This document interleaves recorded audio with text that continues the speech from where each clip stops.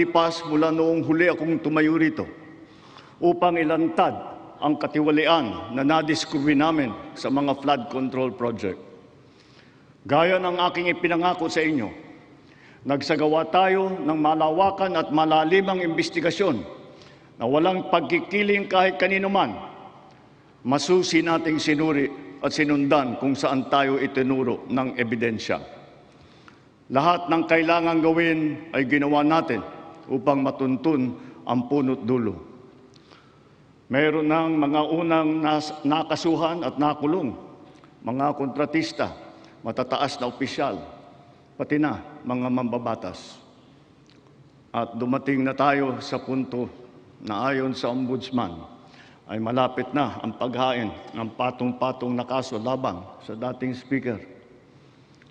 Masakit man sa akin ito, ngunit kailangan nating gawin ang tama. Hindi ako pangulo ng aking pamilya. Hindi ako pangulo ng aking kaibigan.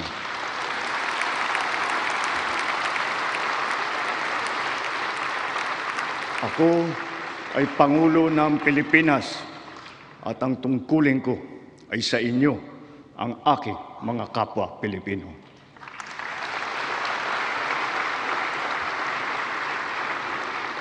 Kaakibat ng mga naisampang mga kaso at tiniyak ng inyong pamahalaan na mababawi mula sa mga nagsabwatan ang nakuha nilang pera ng taong bayan. Gayon din, pinigilan natin ang paglabas ng pera ng bayan na ipambayad pa dapat sa mga depektibo, peke o guni-guning mga proyekto at mapupunta lamang sa mga bulsa ng mga tiwalaing kontraktor at opisyal. Halos 25 bilyong piso ang halaga ng nabawi, frozen at napreserbang mga pera at ari-arian ng mga akusado. Ang mahigit 800 milyong piso dito ay agad nating nabalik sa Treasury. Lahat ng mababawi mula sa mga sangkot na tiwali ay agad ibabalik sa kaban ng bayan. Ipinapaubayan na natin ang pag-uusig sa Ombudsman at sa ating mga pinalakas na National Prosecution Service. Nananalig din tayo sa makatarungang hatol ng hukuman. Makakaasa kayo na ang gulong ng hustisya ay tumatakbo.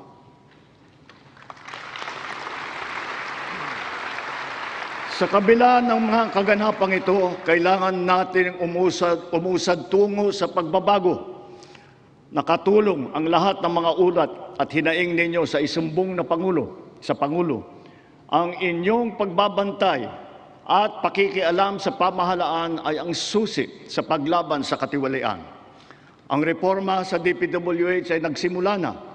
Nagpasok tayo ng mga bagong graduate kasama ang mga tuwid at maasahang mga job order at contract of service. Bukod sa mga flood control project, lahat ng mga proyekto ay sinuri at tiniyak na talagang kinakailangan at maayos mula sa plano, presyo hanggang pagpapatupad. Para walang overpricing, sinigurado natin na ang mga materyales ay ayon sa presyo sa merkado. Bantay sarado ang bawat proyekto at ang nakalaang pondo sa Transparency Portal, Integrity Chain at katuwang na ang mga civil society organization. Mula nung tumama sa ating bansa ang epekto ng giyera sa gitnang silangan, nagdeklara tayo agad ng State of National Energy Emergency. Iisa ang ating misyon, uplift, ang iahon ng ating nahihirapang mga mamamayan.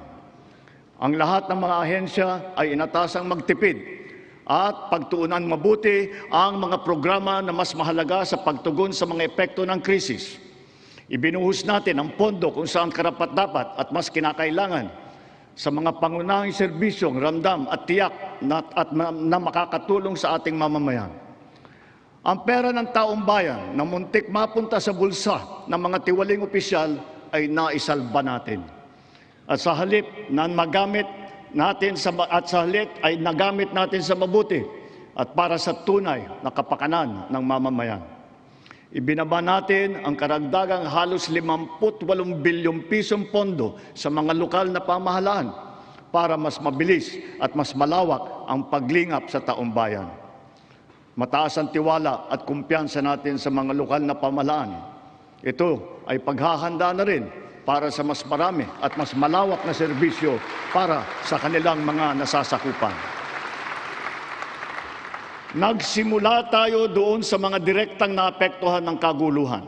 Ang pagsaklolo sa ating mga kababayang OFW na naipit sa digmaan. Mahalagang misyon ito ng pamahalaan. Gayong lagpas 2.2 milyong Pilipino ay naghahanap buhay sa Middle East. Simula nung naputok ang gera, mahigit 12,000 kababayan natin ang ating naiuwi sa bansa na ligtas. Mahigit 140,000 OFW naman ang ating nabigyan ng sari-saring tulong sa gitna ng kaguluhan sa Middle East. Tulad ng pagkain, tulong pinansyal, pagpapagamot at masisilungan. Pag-uwi sa Pilipinas, sila ay ating tinulungan upang makapagsimula muli sa pagpahanap buhay sa pamamagitan ng Action Fund at OWA Kabuhayan Program. Ang iba naman ay nilapit natin sa PESO o kaya'y sinama natin sa bayanihan para sa balikbayang manggagawa job fair. Samantalang ang iba ay tinulungan natin makapaghanap buhay muli sa ibang bansa. Bukod sa kanila, ang mga magbabalik natin mga gurong OFW ay papasok na sa mga public school natin kung saan sila ay higit na kinakailangan. Dahil dito sa Pilipinas, sila ang ma'am at saka ang sir. Patuloy ang ating ugnayan sa iba't ibang bansa at ang suporta natin sa mga OFW para sa kanilang kaligtasan. Lalo na at may mga kababayan tayong nasawi o hanggang ngayon ay nawawala sa Middle East. Pangalawa, bunga ng ating magandang ugnayan sa iba't ibang bansa. Natiyak nating sapat ang supply ng langis para sa ating pangangailangan. Sa kabila ng pagsara ng Strait of Hormuz ay nagawa natin makabili at makapag-angkat mula sa ibang pagkukunang bansa tulad ng Japan, South Korea, Oman, India, maging sa Russia, pati na sa China. Dahil sa mga ito, natiyak natin na sapat ang supply ng bansa na tatagal hanggang halos 2 buwan. Nakipag-usap din